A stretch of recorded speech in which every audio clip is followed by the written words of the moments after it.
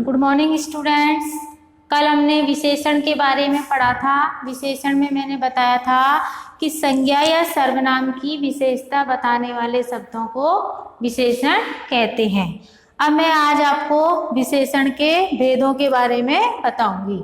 विशेषण के बेटा 4 भेद होते हैं। विशेषण के कितने भेद होते हैं बेटा? 4 भेद होते हैं।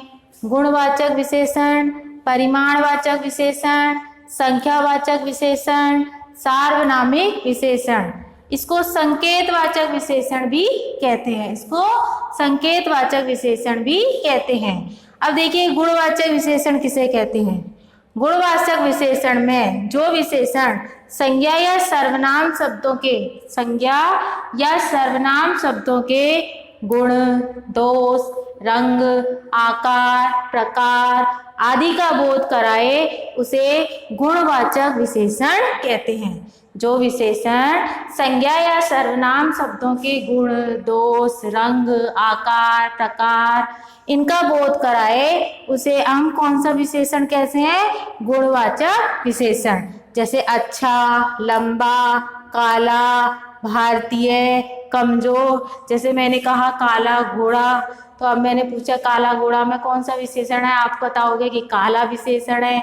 अब आपको पता होना चाहिए कि ये गुण है काला। क्या है ये गुण?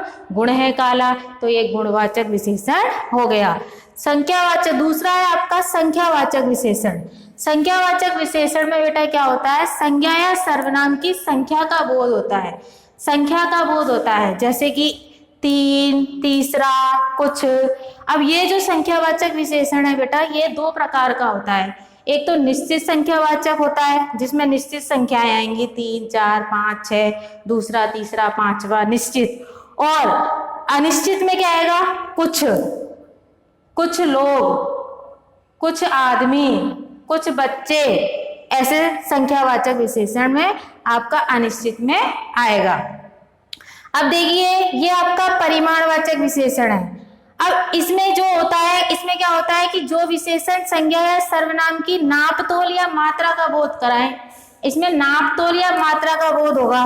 देखिए संख्यावाचक विशेषण में तो खाली संख्याएं आएंगी और ऐसी वस्तुएं आएंगी इसके साथ जो विशेषण लगा हुआ होगा वो ऐसा लगा हुआ होगा जिसे अपन गिन सकते हैं। क्या कर सकते हैं हम?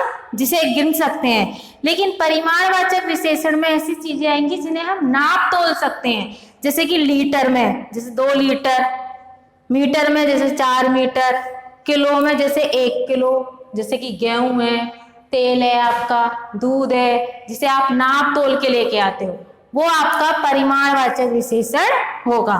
सार्वनामिक विशेषण में क्या होता है? सार्वनामिक मैंने बताया कि इसे संकेतवाचक विशेषण भी कहते हैं। जैसे कि जो सर्वनाम किसी संज्ञा से पहले आकर, इसमें संज्ञा से पहले क्या लगा हुआ होगा? सर्वनाम शब्द लगा होगा और संज्ञा शब्द की क्या बता रहा होगा? विशेषता बता रहा होगा। क्या बता रहा होगा? विशेषता बता रहा होगा।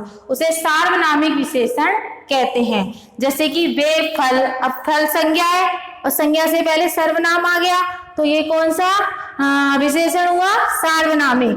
लोग संज्ञा है और संज्ञा से पहले क्या आ गया? विशेषण आ गया, तो ये कौन सा विशेषण हुआ आपका?